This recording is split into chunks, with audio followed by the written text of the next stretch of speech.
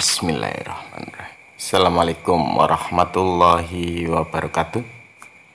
Jumpa lagi dengan Etetek. Buat teman-teman yang masih belum subscribe channel Etetek, silahkan subscribe untuk update terus video-video Etetek ya. Kita bareng-bareng belajar. Saya pun belajar. Apa yang saya sampaikan nanti ini bukan saya bilang kalau saya benar, enggak. Bukan saya bilang, bukan berarti kalau lalu aturan ini nanti teman-teman langgar, teman-teman nggak bisa cuan, enggak juga. Tapi bagi saya yang nanti akan saya sampaikan ini adalah tips amannya kalau menurut saya. Jadi saat teman-teman memilah saham, mencari saham, membedah sebuah saham, ada beberapa kriteria ya sebetulnya. Kalau saran saya, kriteria yang harus teman-teman miliki. Kalau di video-video yang sudah saya sudah bilang kalau amannya sih, bahkan kalau untuk trading itu teman-teman mending cari saham yang PR-nya di bawah 10. PR di bawah 10 apa? Gampangannya kalau teman-teman itu kayak BCPR. Jadi kalau kita mengacu ke PR-nya, BCPR PR-nya masih di bawah 10. Teman-teman bisa lihat PR-nya 5,85. PR di bawah 10 itu kalau buat trading pun itu sudah cukup aman buat teman-teman. Kalaupun turun juga kita masih punya alasan kenapa kita berani untuk average down. Kalau buat teman-teman yang modalnya besar terus tidak masalah turun terus average lebih besar di bawah, ya silakan abaikan saja yang ini. Tapi buat para retail, teman-teman retail, patokan pertama yang kalau menurut saya, entah teman-teman mau trading atau teman-teman mau investasi, patokan pertama aman, tips amannya cari saham-saham yang PR-nya di bawah 10, price earning ratio-nya di bawah 10. Ini kalau di sini ada di valuation, teman-teman. Di sini ada price earning ratio. Cari yang PR-nya di bawah 10. Kalau teman-teman lihat ada rekomendasi terus teman-teman coba cek di case statistiknya, lihat di valuasinya. PR-nya berapa?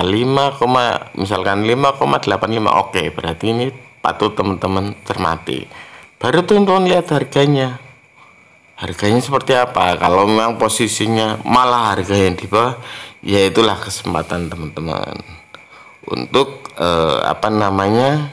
masuk mengumpulkan sahamnya. Jadi tips pertamanya lihat di price earning ratio. Rulesnya, kalau siapa yang pernah ngomong ya, hindari saham-saham yang PER-nya sudah di atas 100, kata dia seperti itu. Itu sang legenda, namanya siapa ya? Lupa saya. Orang mau salahkan saya tidak masalah katanya. Ya memang kalau saham dengan PR di atas 100 itu artinya sudah sangat berisiko. Kalau saya malah bilangnya lepaskan saja saham-saham yang PR-nya sudah di atas 50. Kalau saya. Jadi kalau buat keamanan teman-teman, ternyata sahamnya masih naik pak, sudah biarin aja. Kalau saham dengan PR di atas 50 itu sudah area bandar buat ngumpulin retail masuk ke sana. Jadi hati-hati kalau buat teman-teman yang tidak paham. Kalau teman-teman trading satu hari nggak cuan, lepas ya silahkan saja. Tapi kalau yang tidak paham berharap bahwa naik besar, itu akan jadi resiko, akan jadi masalah ya. Jadi hindari saham-saham dengan PR di atas 50. rulesnya. Jadi itu batasannya. Di atas 50 lepaskan saja. Kecuali teman-teman punya saham itu waktu PR-nya di area di bawah 10, terus dia sekarang PR-nya naik sampai 50. Teman-teman tinggal pasang cut loss, pasang trailing stop, barangkali dia turun sudah kejual. Tapi kalau enggak, jangan ikut-ikutan ya. Cari saja yang PR-nya di bawah 10. Itu catatan pertama. Kalau PR sudah di bawah 10, apalagi sampai di bawah 7, lebih bagus lagi di bawah 5, maka teman-teman bisa mengabaikan book value-nya. Jadi bisa jadi harga sekarang lebih tinggi dari book value-nya. Kalau kita melihat book value-nya siapa ini? Book value-nya BCBR 1326. Ini kan sudah lebih tinggi. Net asset value per share-nya atau book value per share-nya 1327. Harganya 1360.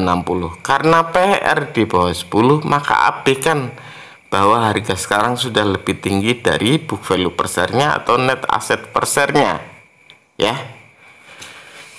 Kalau harga lebih tinggi dari BVPS atau NAVS tidak masalah, asalkan PR-nya masih di bawah 10. Itu rules-nya lagi. Oke. Teman-teman boleh masuk pada saham dengan PER 100 ke atas dengan catatannya BVPS-nya atau NAVS-nya lebih besar daripada harganya. Ini contoh sahamnya apa ya?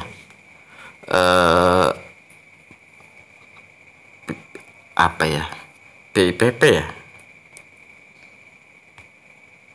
Nah ini tapi ini saham gocap, ini cuma buat contoh aja ya teman-teman ya.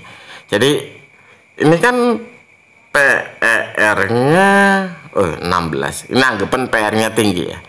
Tapi teman-teman lihat di bagian BVPS-nya 169, NAVS-nya 224. Ini artinya saham ini masih potensi. Jadi saham dengan PR 100 lebih tidak masalah, tapi harga sahamnya kalau bisa itu separuh dari nilai BVPS atau NAVS-nya.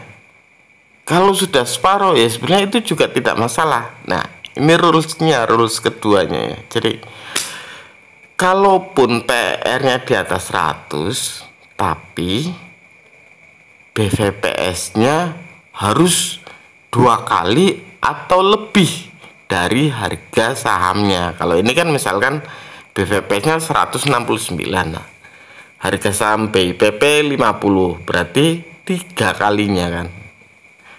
Catatannya seperti itu. Kalau bisa ya, kalau enggak minimal harganya masih di bawah BVPS-nya, itu artinya masih ada tingkat keamanan di sana. Artinya meskipun PR-nya tinggi itu karena laba yang terbentuk belum optimum. Karena kalau mengacu ke BVPS-nya atau NAVS-nya masih lebih tinggi daripada harganya. Itu rules yang kedua ya, tips yang kedua. Ini saya kasih contoh saham-saham yang posisinya sudah PR-nya tinggi. Ini contohnya Bank Jago. Teman-teman bisa lihat, ini saham bisa saja nanti naik. Kemarin Bank Jago, Bang Arto ini pernah sampai harga 19.000 ya kan, sekarang di harga 6.000. Arto masih mungkin naik Pak. Iya, memang masih mungkin naik kalau melihat pergerakan harga yang pernah terjadi. Tapi kalau mengacu pada valuasinya dengan PR 1.500, Arto sudah kelewatan. Itu yang pertama. Kalau kita mengacu pada PR-nya sudah di atas 1.000 malah dia. Kalau mengacu ke BVPS-nya 598 teman-teman. Harganya berapa? 6.000. Saya tidak bisa bilang kalau aman masuk Arto. Enggak, kalau saya. Kalau yang ada yang berpendapat lain ya silakan saja. Yang lainnya saya kasih contoh. Ini jangan wis BBSI aja. BBSI Kompeng itu juga posisinya seperti itu.